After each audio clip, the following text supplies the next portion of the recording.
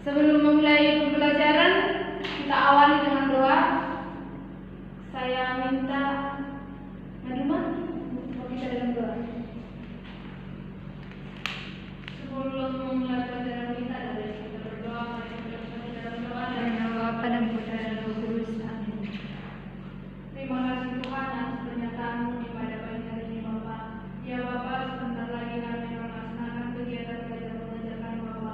Kiranya Engkau selalu hadir di tengah-tengah kami.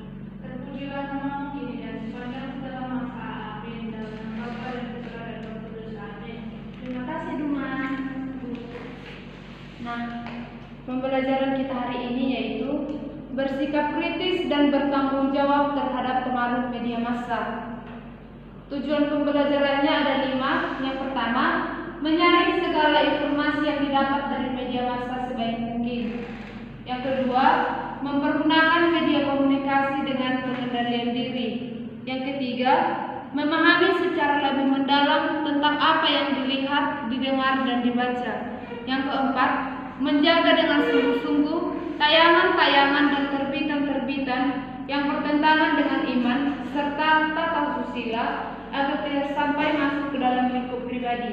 Yang kelima, memahami ajaran dan dokumen gereja Intermedifika artikel 9 dan 10 serta ajaran Yesus tentang bersikap kritis yang termuat dalam Injil Markus bab 2 ayat 27, Injil Matius bab 12 ayat 7 dan Injil Matius bab 22 ayat 37 sampai 40.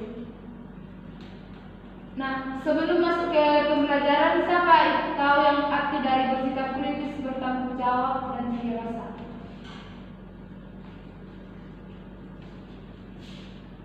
Tidak ada? Baiklah. Di sini kan sudah ditampilkan apa itu bersikap kritis, bertanggung jawab, dan media massa. Saya minta satu orang membacakan. Silakan Sis Gloria. Apa itu bersikap kritis, bertanggung jawab, dan media massa? 1. Bersikap kritis berarti mampu membedakan benar dan salah, baik dan buruk, berguna dan tidak berguna. 2. Bertanggung jawab berarti mampu menyaring segala informasi yang didapat dari media sebaik mungkin, senantiasa berusaha mempergunakan media komunikasi dengan pengendalian diri, dan juga perlu berusaha memahami secara lebih mendalam tentang apa yang dilihat, didengar, dan dibaca. 3. Media massa suatu bentuk media komunikasi yang digunakan oleh manusia dalam bertukar informasi, bersosialisasi, dan bercengkrama. Baik, terima kasih sudah membacakannya. Nah, di sini saya memaparkan gambar tentang penggunaan media massa khususnya digital. Kira-kira bagaimana dan apa yang kita lihat di gambar ini? Saya berikan waktu 2 menit untuk mendalami gambar dan nanti saya minta 2 orang untuk menjelaskan gambar.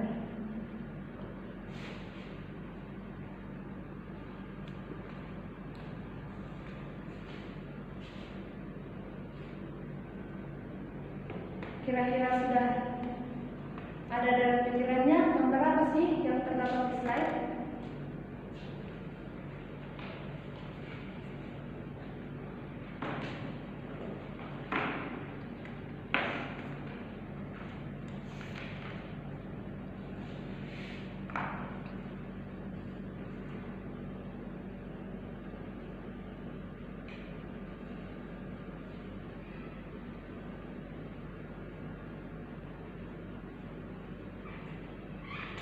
Relax saja ya, tidak usah terlalu tegang.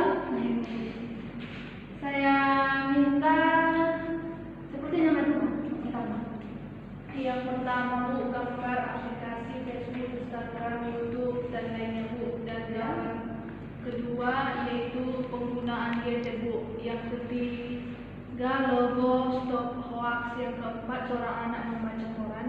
Yang kelima seorang siswa lagi Zoom Meet mungkin karena kuliah Bu. Yang ke-6 menolak hoax Bu. Terima kasih Bu. Ada lagi yang mau tambahin? Silakan Sis Gloria. Menurut saya gambar yang pertama itu yaitu aplikasi sosial media, seperti Facebook, Twitter, Instagram, dan lain-lain.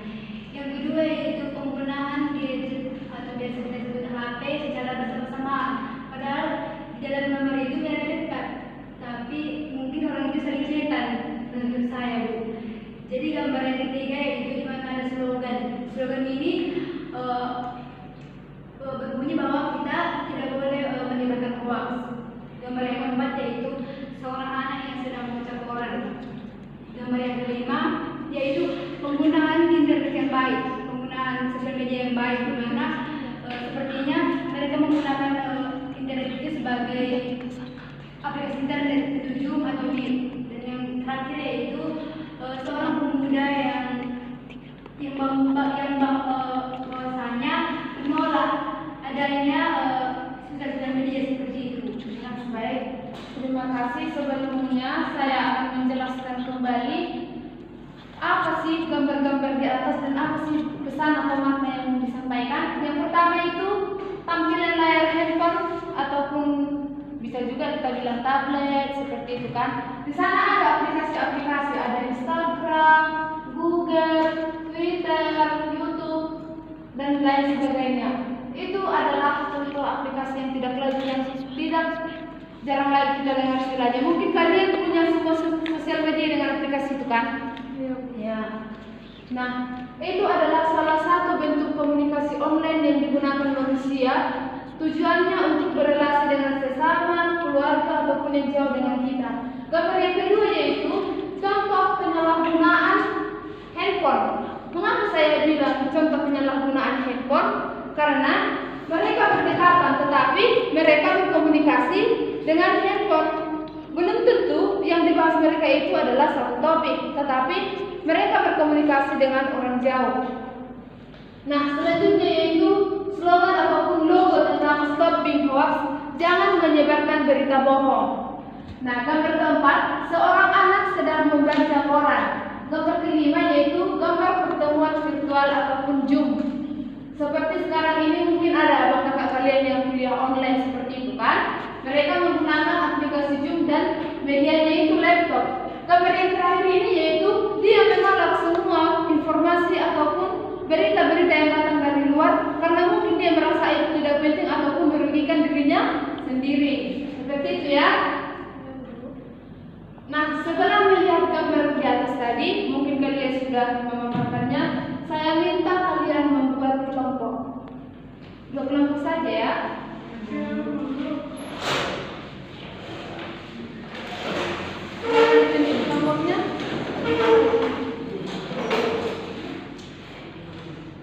Masih ingat dengan gambar yang tadi?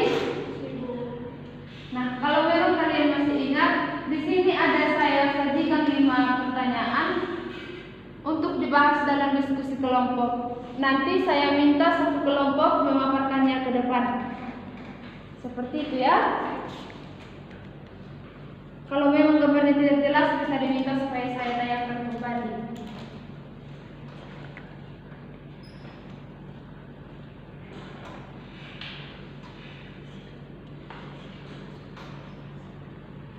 Baik, sembari kalian menulis dan menuliskan dari kelompok, saya akan menuliskan tugas kalian nantinya ya. Ya Bu. Baiklah, sebentar lagi saya akan datang ke kelompok masing-masing ya. Ya Bu.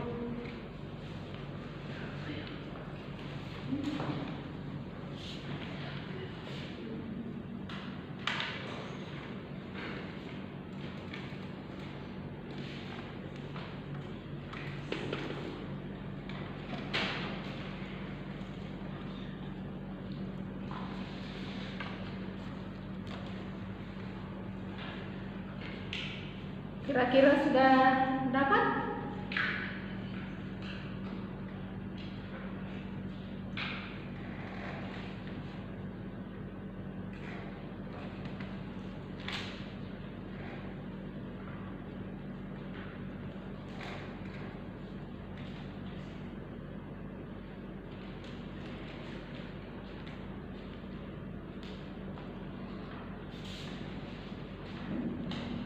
Kelompok siapa yang sudah siap?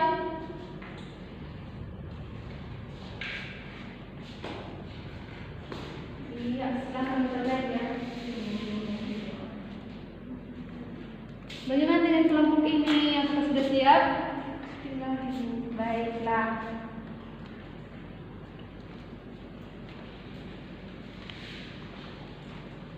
Sebentar lagi saya minta untuk mempresentasikan ya. Yuk.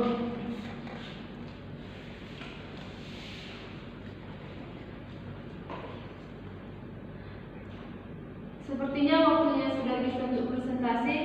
Kira-kira kelompok mana yang mau presentasi? Tidak kelompok kami, Bu. Baik, silakan Dina dari kelompok 1. Ya, silakan.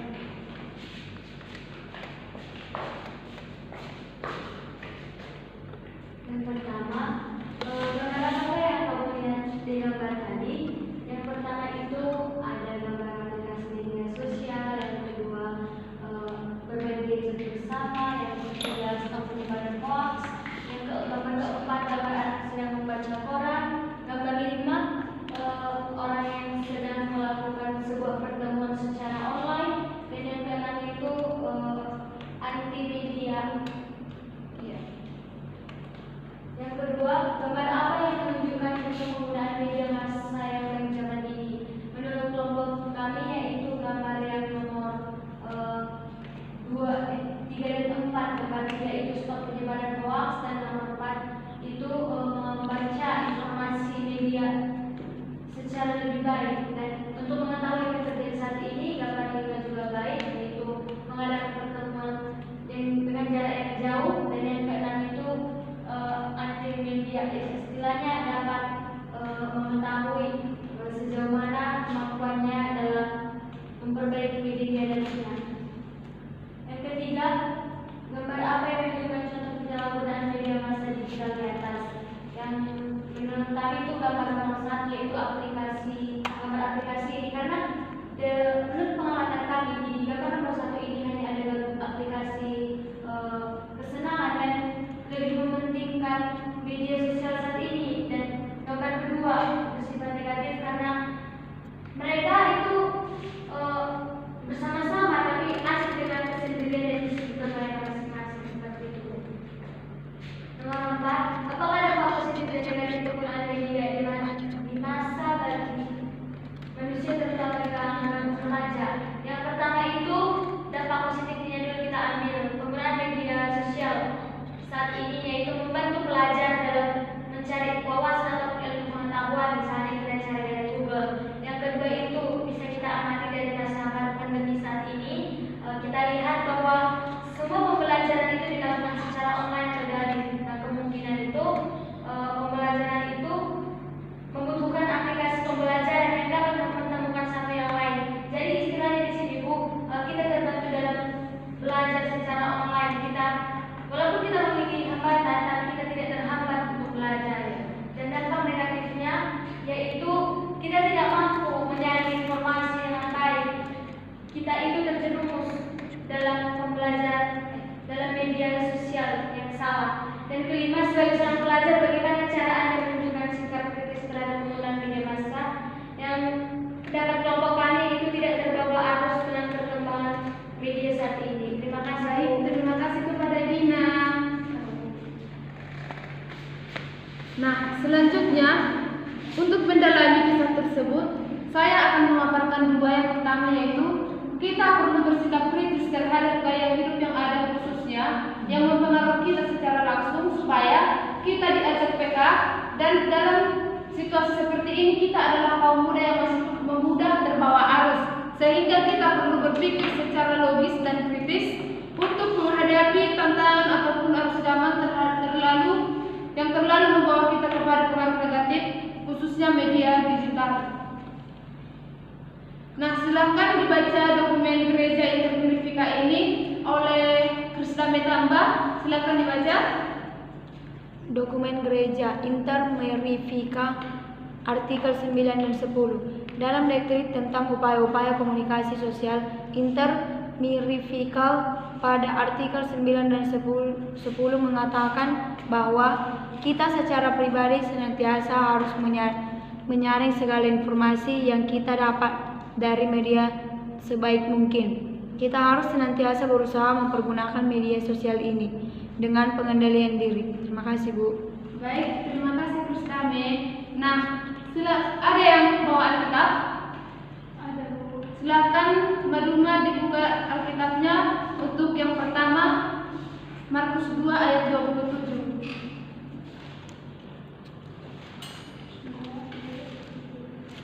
Sudah dapat?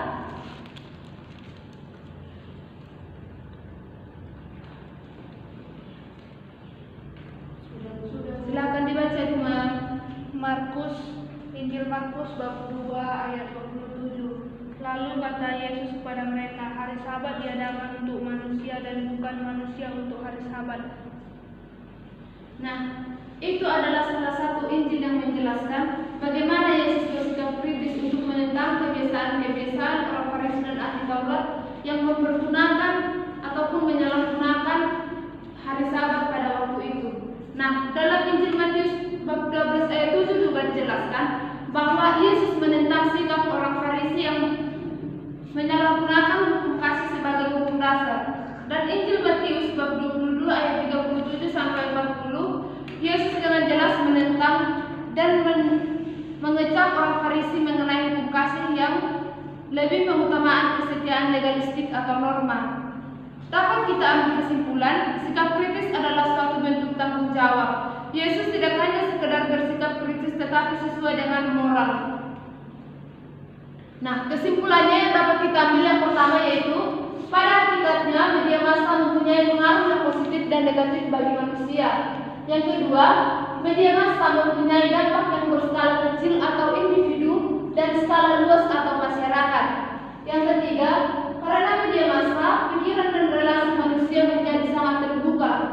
Yang keempat, sebagai penerima, pemirsa dan pendengar, manusia perlu memilahnya agar nilai keutamaan media itu tidak disalahgunakan. Yang kelima, manusia perlu mempergunakan pengendalian diri atas informasi yang didapat dari media massa. Nah, melalui pembelajaran ini, ibu harapkan kalian bijaklah menggunakan media sosial, gunakan handphone untuk pembelajaran, jangan membuka tayangan-tayangan yang dapat menjerumuskan dirimu ke hal-hal yang tidak baik. Kira-kira sampai di sini pembelajaran kita, silakan rapikan kembali meja-mejanya. Dan untuk menutup pembelajaran, saya minta Cynthia Ketua membawa kita dalam doa. Silakan Cynthia.